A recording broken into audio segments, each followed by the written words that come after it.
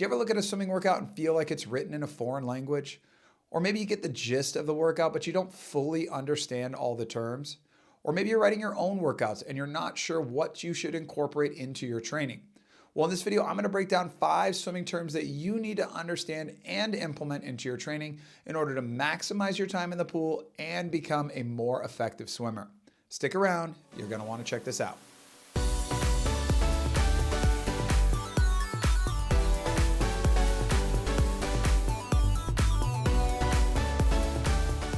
What's up, guys? I'm CoachMattZ. I'm the head coach of Davis Aquatic Masters out in California, and I also make YouTube videos for people looking to learn more and elevate their swimming.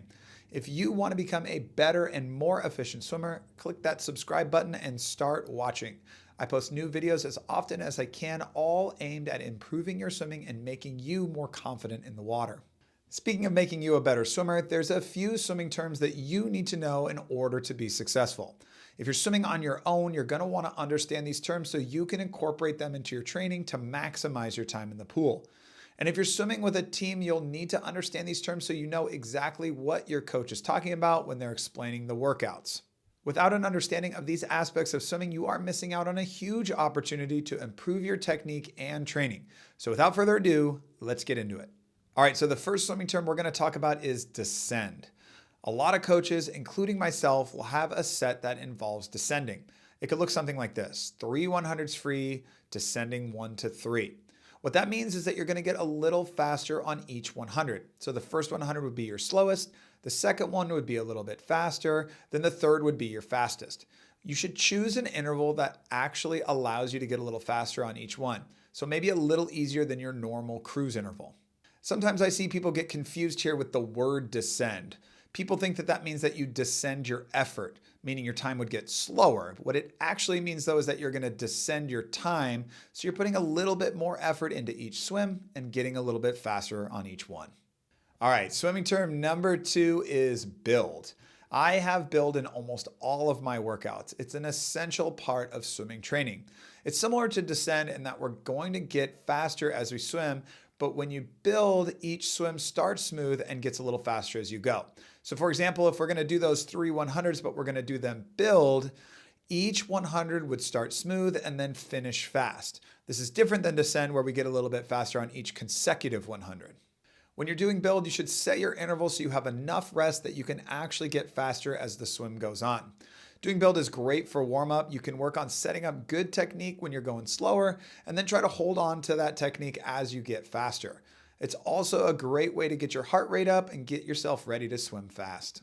Number 3 is distance per stroke, which is often referred to as DPS.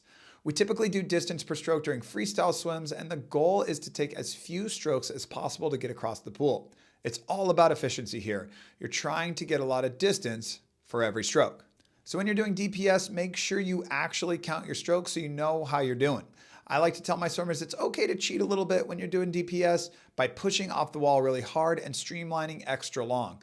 Maybe just do a couple extra dolphin kicks than you would normally do. But ultimately, the goal of distance per stroke is to be really efficient with your strokes so you can get across the pool with less effort. The fourth swimming term that you should know is drill. Drills are an extremely important part of swimming training.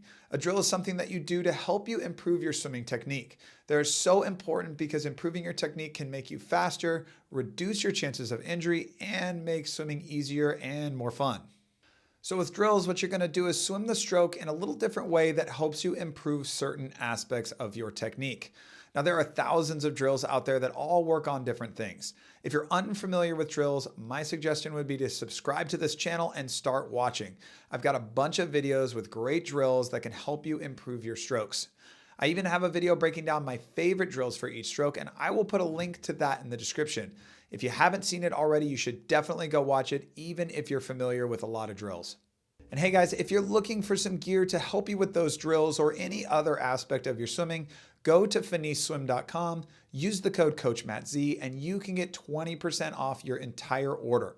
Finis has some great products, many of which I personally use, and I highly recommend checking out their stuff, especially the stability snorkel. And finally, the number 5 swimming term that you need to know is negative split. Now, negative split is a very common training technique, and some people even do it in their races. When you negative split a swim, it means you go faster on the second half of the swim than you did on the first. So if you're doing 200s negative split, you would want to swim faster on the second 100 than you did on the first 100. Negative splitting is a great way to work on the back half of your swims and also is a nice way to break up a monotonous distance day. So instead of just mindlessly doing a bunch of 200s, you can have some of them or all of them be negative split and really work on pushing that second 100 of those 200s. When you're doing negative split swims, it's usually good to add 5 or 10 seconds to your cruise intervals so you can actually go faster on the second half. But you can just do these on your cruise interval and just add a little extra level of difficulty to your swims.